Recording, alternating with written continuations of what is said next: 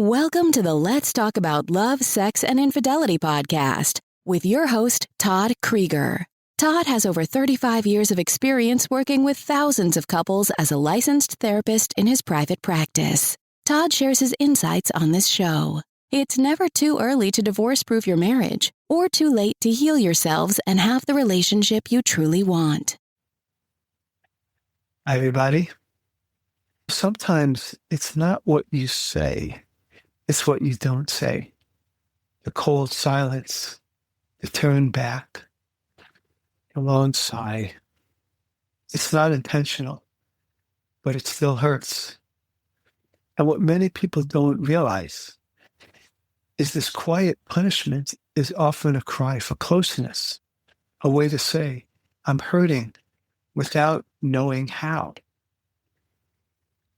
If you click on the link below, you'll see 3 ways to reconnect without talking.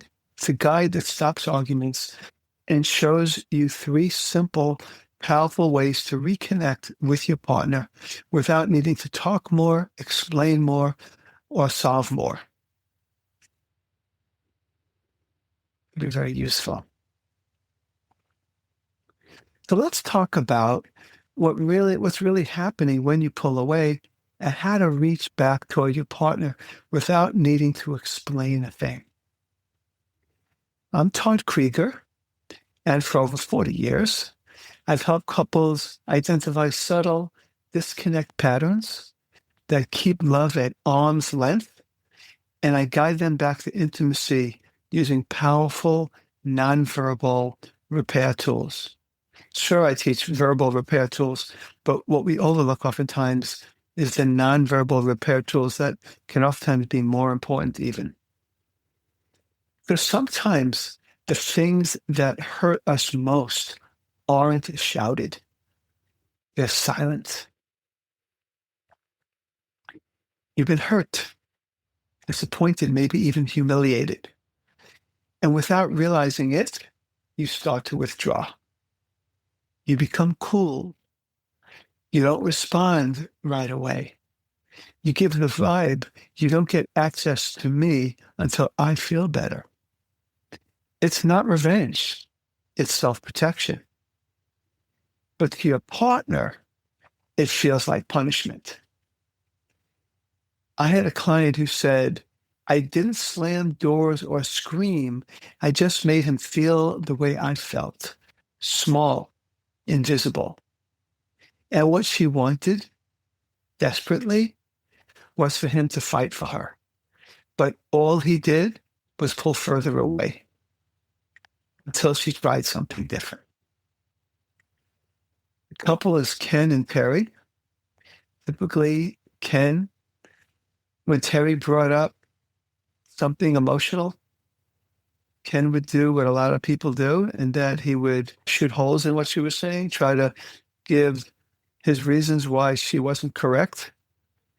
And eventually she got so tired of being minimized that she just stopped. And at some point, when they came to see me, she was saying that she just doesn't try anymore. And Ken was saying, I feel all alone in this relationship. He didn't quite understand because there's a lot of things he did well, like a lot of partners, a lot of things. He wasn't quite aware of the pain that evoked in her when he got defensive.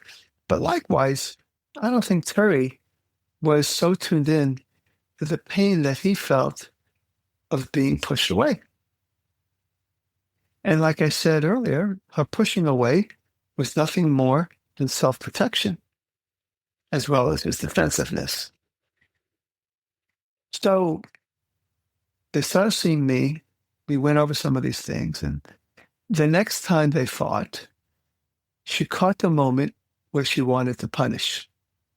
Instead of icing him out, she sat on the couch near him, back turned, because she still was struggling, but closer.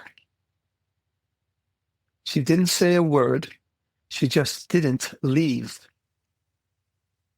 Later, she told me It was the hardest thing that she had ever done. But Terry said to me that Ken reached out. And that night, they had their first honest, soft moment in weeks, if not months. We've been taught that conflict needs to be solved through talking, but sometimes connection starts in the body. The silent, cold shoulder feels like control, but silent presence feels like repair. I'm going to say that again. The silent, cold shoulder feels like control, but silent presence feels like repair. When you can stay in the room, not to punish, but to witness, you tell your partner, I'm still here. I'm still open. That's where healing begins.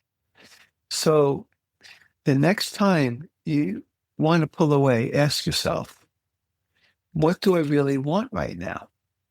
What if I let my body say, I'm still here, even if my words can't in that moment? And then try something small. Sit near them, as Terry did with Ken. Let your body relax as much as you can. Let your presence speak.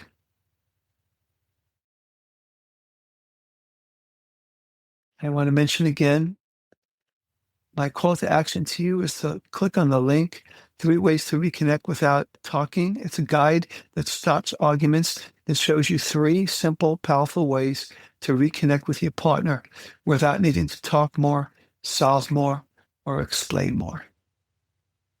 This guide is your invitation to repair gently, non-verbally, and in a way that actually works when you're too hurt to talk. Thanks for listening.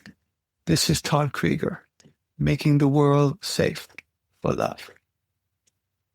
That's it for today's episode of Let's Talk About Love, Sex, and Infidelity podcast with your host, Todd Creager. For free resources and materials, head over to toddcreager.com. Loved this episode? Head over to iTunes and subscribe, rate, and leave a review. We'd really appreciate it. Thank you.